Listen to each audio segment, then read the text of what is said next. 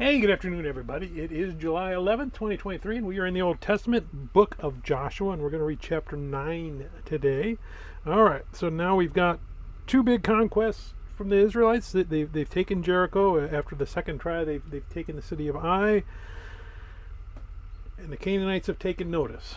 And some of them are starting to get really scared because they understand that they're on the wrong side and that they're not going to be long for that area.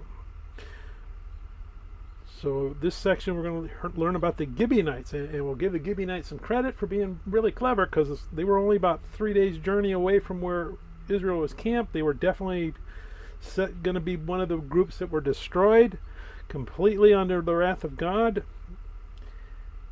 But they devised a plan, and they said, you know what, let's make it look like we've come from 3 months away on a journey. We're going to wear our old ratty clothes and pack up moldy food. And we're going to go and tell them, oh, we've traveled this great journey to make peace with you.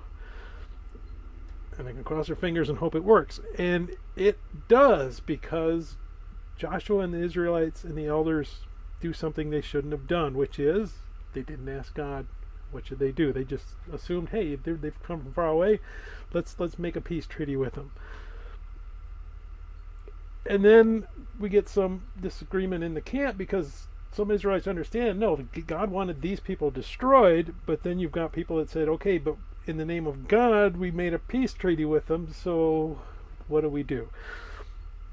And the solution is, okay, we won't destroy them, but they are now our servants, which isn't exactly what God wanted, because now they're in the camp, and that's not what God wanted to happen, but he kind of let Joshua decide, and that's what God decided.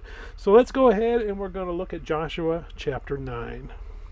And it came to pass, when all the kings who were on the side of the Jordan, in the hills and in the lowland, and all the coasts of the great sea toward Lebanon, the Hittite, the Amorite, the Canaanite, the Perizzite, the Hivite, and the Jebusite heard about it, that they gathered together to fight with Joshua and Israel with one accord.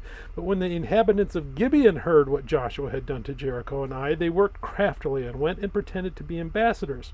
And they took old sacks on their donkeys, old wineskins torn and mended, old and patched sandals on their feet, and old garments on themselves. And all the bread of their provisions was dry and moldy. And they went to Joshua to the camp at Gilgal, and said to him and to the men of Israel, we have come from a far country. Now therefore make a covenant with us.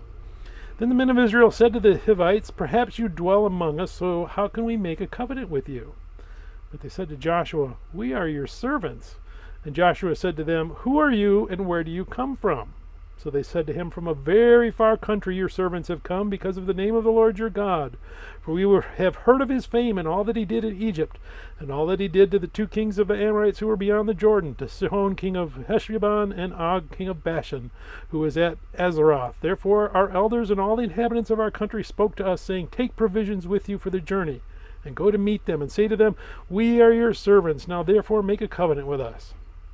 This bread of ours we took hot from our ovens, from the houses on the day we departed to come to you.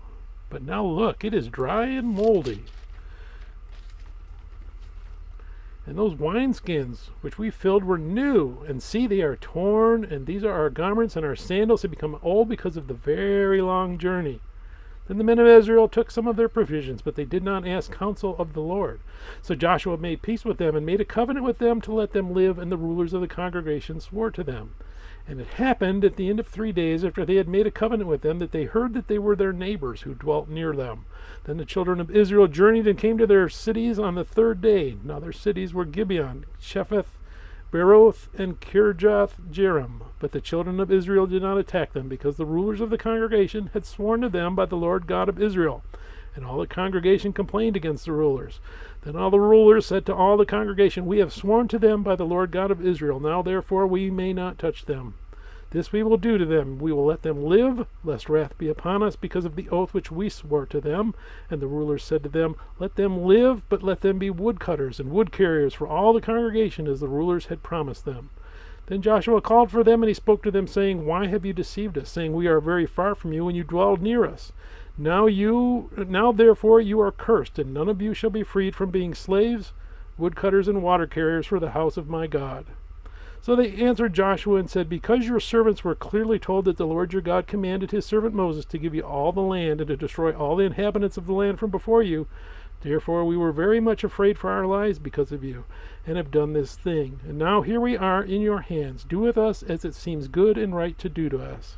So he did to them and delivered them out of the hand of the children of Israel, so that they did not kill them. And that day Joshua made them woodcutters and water carriers for the congregation and for the altar of the Lord, in the place where he would choose, even to this day. May God bless the reading of his word. May God bless you. Bye.